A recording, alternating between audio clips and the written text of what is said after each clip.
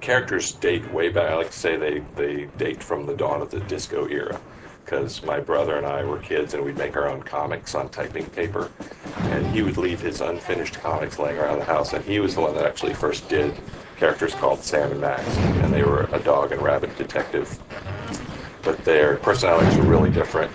He'd leave his unfinished comics laying around in the family room, and I picked them up and I kind of secretly finished them in a parody of his style.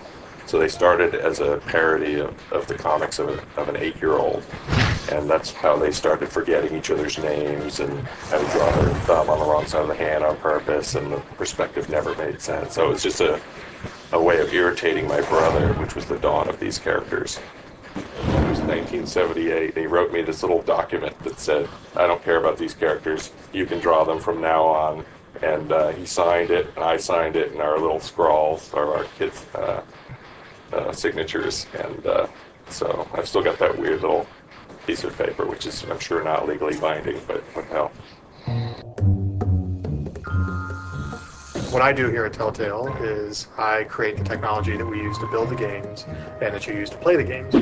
So all the tools that we use to create every episode of the game, me and my team make, and then the actual program that you run when you're playing the game is also from my team. What's neat about the Telltale engine is it allows us to make really story-based games. That's the guys from Air Force One. Tell them they get the keys back once they say the magic word. Quiet, Max. It's the commissioner. Total collapse of the economy and downfall of Western civilization? Great grinning head of John the Baptist and a pork pie hat stuffed in a rhinestone bowling bag. We're on our way. That have a lot of character and a lot of dialogue and a lot of animation. And it's like an interactive cartoon from beginning to end. And it's all in 3D, which is great. And they make it really fast and iterate a lot. So it really allows the artists and the writers to really craft the game before we finish it and ship it out.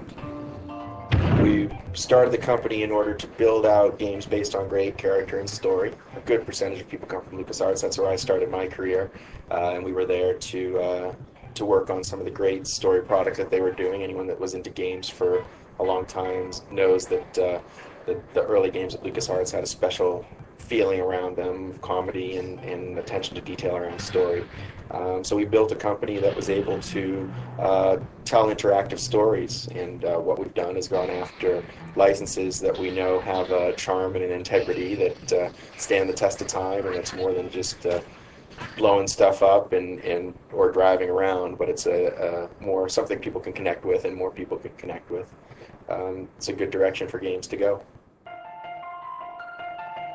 Well, for the duration of Season 1, I was really excited throughout the entire project about Sam Max. I never lost the drive to keep making it great. I love those characters. I love the kinds of adventures they get into. For me, Sam Max is very fulfilling because they can go in completely different directions every episode. They can always try new things. Nuclear reactors are nearing meltdown. And scores of pasty white nerds will be forced to go outdoors and socialize with normal people. They can always try new things, and that's something that really appeals to me. I don't want to get stuck in a rut ever or keep doing the same thing. Swiss cheese, right? And be quick about it. Ordinarily, I hate yielding to extortion, but I have to admit I'm half charmed by the sheer spunk of that oily little burp. Where'd you put the cheese, Max? So that aspect of Sam Max makes me want to just keep coming up with new adventures with them, keep coming up with crazier things that they can do, and just keep challenging myself to think of things that haven't been done before. Like to develop a gambling addiction, starting now. Well, what do we have here? I'd say the circus was in town, but I know for a fact they won't be here till next Friday, so you must be here to play cards. I'm a person with a fairly short attention span as these things go, I think. You know I have the memory of a dried trout. Sadly, yes, I do. Working on one game for, a year or 2 years or 5 years or whatever people in the industry do, is kind of scary to me, which is one reason why working episodically is actually really good, because every episode of Sam and Max is kind of different from the last one. We do them in a few months and then we move on to something else, and there just isn't time to get bored. You ever consider that we might be card sharks? Or sharks?